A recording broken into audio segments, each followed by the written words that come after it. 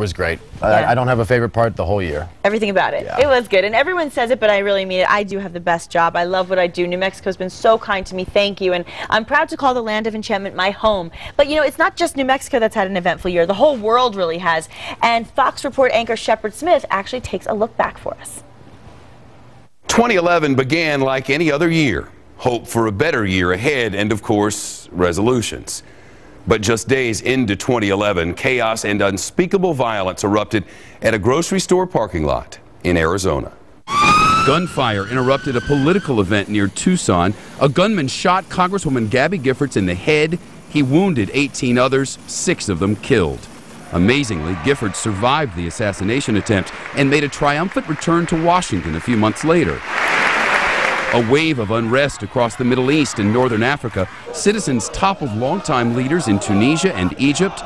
But it was the dangerous dictator of Libya, Muammar Gaddafi, who put up the biggest fight. His 40-year reign of terror finally came to a gruesome end when fighters killed him in his hometown in October. The Arab Spring, as it became known, stretched into summer and fall with deadly protests persisting in Syria and Yemen. March 11th, a massive earthquake shook Japan. The magnitude 8.9 quake unleashed a devastating tsunami and triggered a meltdown at this power plant. A stormy spring in the U.S. Meteorologists said there were more than 750 tornadoes in April alone. Hundreds of people were killed. But the hardest hit city was Joplin, Missouri. A powerful EF5 tornado left 157 people dead, making the Joplin Twister the deadliest in decades. A new era of British royalty began when Prince William and his blushing bride Kate swapped vows. May 1st, a dramatic late-night announcement from the commander-in-chief. A team led by Navy SEALs swooped into this compound in Pakistan where they said they found Osama bin Laden. The SEALs reportedly shot him in the face, and defense officials say the world's most wanted man was later buried at sea. Uncle Sam maxed out his credit cards. Lawmakers spent much of the summer fighting before ultimately increasing the government's ability to borrow more money. Who's in and who's out? I'm running for president of the United States. As a candidate for president of the United States. I'm announcing my candidacy for president of the United States. I am suspending my presidential campaign. Race for the White House began to take shape.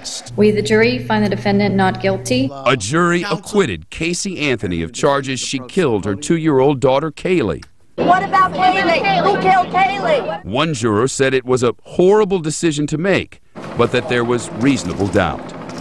Lift off. Shuttle Atlantis roared into space. It was her last flight and the last for the 30-year-old shuttle program. A historic hurricane made landfall in North Carolina. Irene didn't stop there.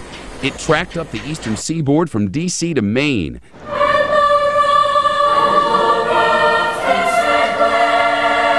September the 11th. The nation marked 10 years since the worst terror attack on U.S. soil. A new memorial opened in the footprints of the Twin Towers and another in Shanksville, Pennsylvania. The true legacy of 9/11 is that our spirit is mightier.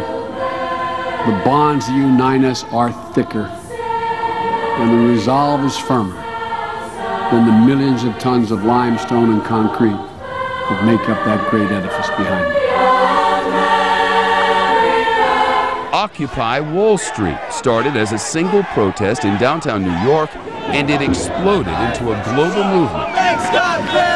We got sold out. The 99%ers, as they call themselves, lashed out at the wealthy 1%. The most amazing iPhone ever. Apple unveiled its latest gadget in early fall, but the news was quickly overshadowed by the death of the company's iconic co-founder, Steve Jobs. We, the jury in the above entitled action, find the defendant, Conrad Robert Murray, guilty. 2 years after Michael Jackson died, jurors convicted his personal physician of involuntary manslaughter. Weeks later, a judge sentenced him 4 years in prison. After 8 years and thousands of casualties, the White House ordered virtually all troops out of Iraq.